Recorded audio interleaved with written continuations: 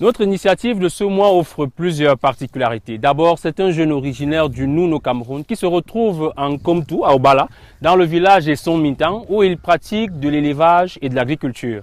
Par ailleurs, il est jeune diplômé agronome et il a choisi l'auto-emploi. Son entreprise Agribusiness porte déjà de nombreux fruits et Olivier Mapouré est heureux de se présenter à travers ce projet entrepreneurial comme un fermier moderne. Visite guidée dans la rubrique Initiative.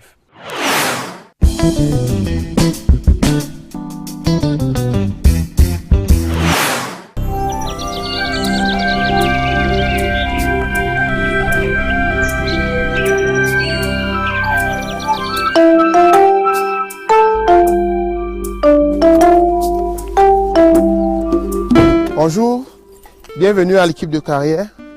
Je suis Olivier Mapouré, promoteur de Mapouré Agribusiness. Nous avons deux grandes sections. Nous avons la section volaille et la section porc. Mapouré Agribusiness, c'est un projet initié depuis 2008. Et après mon admission à la faculté d'agronomie, je continue à bosser sur le projet. Et je suis passé à l'implémentation en 2010 quand je suis sorti de l'école. Et l'idée était de développer un projet à caractère agro-pastoral. Donc c'est dans ce sens-là que nous avons commencé avec l'élevage de poulets de chair. Un an après, nous avons suivi avec le porc.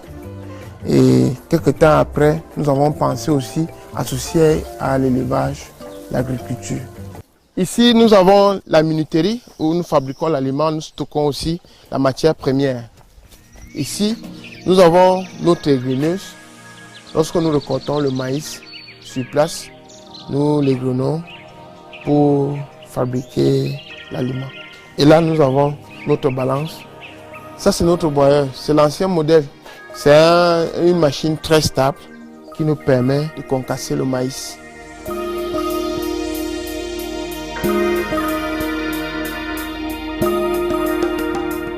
Nous allons vers le nouveau bâtiment que nous avons eu à travers le partenariat avec un programme gouvernemental, le PA Jeune. Ce bâtiment a une capacité de 3000 poulets. Nous avons reçu donc 3000 poussins ce matin et nous allons le chauffer dans ce bâtiment en faisant une extension progressive. Là, je vous présente Thierry, responsable de la section poulet de chair.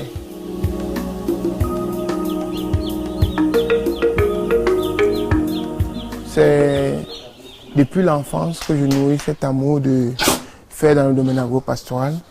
Mon père, qui est mon modèle, il nous a élevés à travers l'agriculture. Donc, j'ai développé cette idée. Et lorsque j'ai fini mes études, je pensais m'installer. Et la première idée qui m'est venue, compte tenu de mon profil, c'était le domaine agro-pastoral, devenir autonome et donner la chance à d'autres jeunes comme moi. C'est dans ce bâtiment que nous avons débuté le projet en 2010. C'est un bâtiment sur 50 mètres carrés, ça a une capacité de production de 500 poulets de chair. Au début de notre activité, ça a été très difficile parce que jeune entrepreneur, je sortais de l'école, il n'y avait pas de moyens pour commencer les activités. Et entre-temps, il fallait gérer toutes les charges d'exploitation. Donc on a débuté avec 500 poulets de chair pour limiter le risque et grandir progressivement. Donc après le petit bâtiment, nous avons entrepris avec les petites économies que nous avons eues de construire ce bâtiment sur pilotis qui a une capacité de 4000 poulets. Donc nous pouvons produire ici 2000 poulets et en bas 2000. Ici, nous avons des poulets qui ont atteint la maturité de 45-50 jours. Vu la situation du marché, nous n'avons pas pu les écouler à temps comme d'habitude avec la saturation qu'on a eue ces derniers jours sur le marché. Dans l'intervalle midi, 15 heures, les animaux ne mangent pas. Là, ils auront optimisé ce qu'ils ont mangé en poids parce qu'ils vont aller en repos. C'est le même processus chez l'être humain. Quand tu manges directement, tu vas au lit, tu prends beaucoup de poids. Il faut digérer. Or, c'est ce qu'on veut. C'est le poulet de chair et on veut qu'il transforme l'aliment en chair.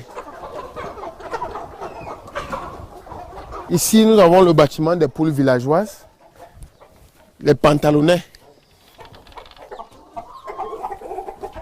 Ça, c'est une bande expérimentale. Donc, quand nous allons multiplier le cheptel, nous allons commencer à produire maintenant à l'échelle industrielle. La demande est très forte sur le marché. Donc, ici, nous sommes dans notre magasin, la petite minuterie. Ici, nous avons stocké les fientes qui vont être acheminées en cotin pour la section production végétale. Nous avons le maïs que nous stockons en quantité pour gérer la production. Ça, c'est le magasin de stockage des ingrédients. Ici, nous avons la section poulet de chair. Dans les ingrédients que nous avons ici, nous avons le concentré 10% chair. Nous avons le soja, 45%. Nous avons le belgophos et nous avons le son de blé. Nous associons ces ingrédients avec le maïs pour formuler notre aliment destiné au poulet de chair. Notre cible, c'est le marché local, c'est-à-dire Yaoundé et ses environs, dans Mokolo, marché d'Obala, marché Fundi, marché 8e. Et nous ciblons aussi les ménages. Donc là, nous nous dirigeons vers la section port. Bienvenue à la maternité. Ici, nous pratiquons deux types d'élevage. L'élevage naisseur dans ce bâtiment et l'élevage engraisseur. Donc, c'est-à-dire quand nous avons sévré les porcelets, nous le transférons dans l'élevage engraisseur. Là, la femelle a le temps de se régénérer et de reprendre un nouveau cycle. Donc là, je vous présente Alex, c'est le responsable de la section port de notre exploitation. Ici, c'est la section engraissement. Donc, lorsque les porcs sont sévrés, nous les transférons dans ce bâtiment. On les engraisse pendant 2, 3, voire 4 mois avant de les écouler sur le marché. La capacité d'accueil est d'environ 300 porcelets.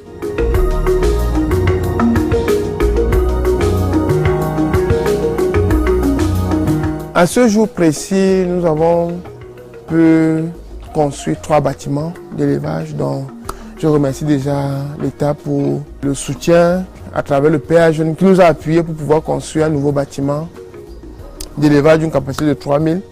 Donc, ce que nous faisons donc, les résidus de l'élevage, nous les transférons dans la section production végétale. Ça nous permet de produire le maïs sur un espace de 20 hectares. Nous produisons aussi la pastèque, la moraine noire et la tomate.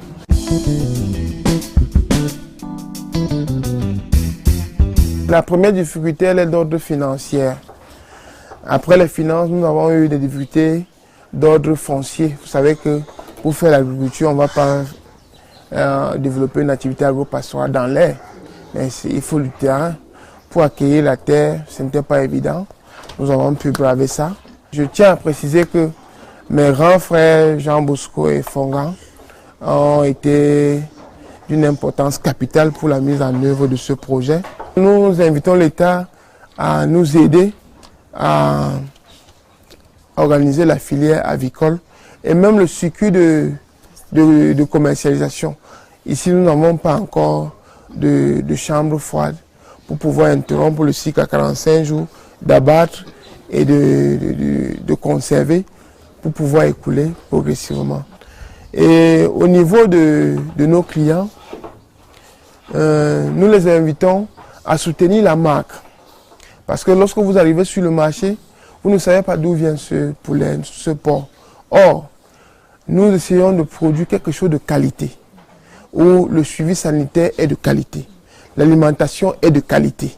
Et nous pensons que nous pouvons mettons sur le marché un produit qui respecte les normes d'élevage. Vis-à-vis des banques, nous les invitons à nous faire confiance et à prendre le risque de financer les activités agro-pastorales. Certes, il y a beaucoup de risques, Mais le secteur agro-pastoral, c'est un secteur très porteur.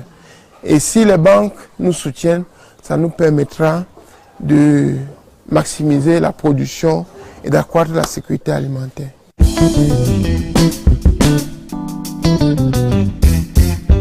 À court terme, c'est d'accroître notre chiffre d'affaires. Et à moyen terme, c'est de renouveler notre équipement.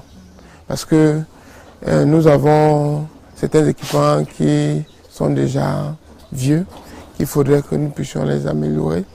Et à long terme, nous pensons faire une extension. Parce que dans 2 ans, je voudrais être à une capacité de production de 20 000 poulets de chair. Et à la section port, je voudrais avoir 4 bâtiments et pouvoir engraisser même 1000 porcs, voire plus.